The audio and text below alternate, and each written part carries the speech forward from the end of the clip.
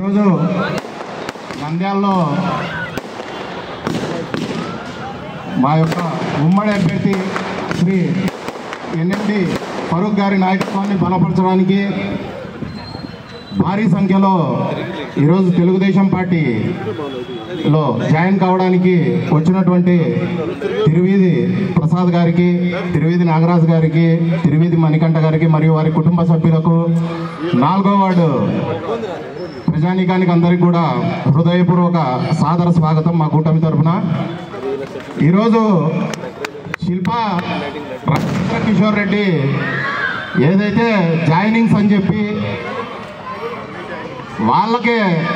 వాళ్ళ పార్టీకి ఆల్రెడీ కార్యకర్తలైనటువంటి వాళ్ళకే కండువాలు కప్పి ఈరోజు మా పార్టీ అంత బలంగా ఉంది, తెలుగుదేశం జనసేన ఖాళీ అవుతుంది అని చెప్పి అన్ని వార్డులలో నంద్యాలలో విజయం మాదే, మేము సిద్ధమని చెప్పి వాళ్ళు చెప్పుకుంటా ఉన్నారు. ఈరోజు దానికి చెంపపెట్టుగా ఒక 25 సంవత్సరాల యువకుడు మీది కాదు నాయకత్వం అంటే మేము ఇన్ని రోజులు చేసింది ఒక ఊడిగం అది కాదు. ఈరోజు మేము కూడా నాయకులం కావాలి, ఈ కూటమిని మేము గెలిపించుకోవాలి, ఈ కూటమికి మా సపోర్ట్ ఎప్పుడూ ఉండాలి. రేపొద్దున ప్రజలకు మంచి జరగాలంటే అది ఒక కూటమితోనే సాధ్యమని చెప్పి ఈరోజు అత్యంత భారీ సంఖ్యలో కూటమిని బలపరచడానికి వచ్చిన బలమైన నాయకుడు, యువ నాయకుడు అయినటువంటి మణికంఠకు హృదయపూర్వక సాదర స్వాగతాలు. ఇలాంటి నాయకులు తొందరలోనే టైం దండి ఉంది, ఇంకా ప్రశాంతంగా మనం ఎలక్షన్స్ చేసుకోవచ్చు.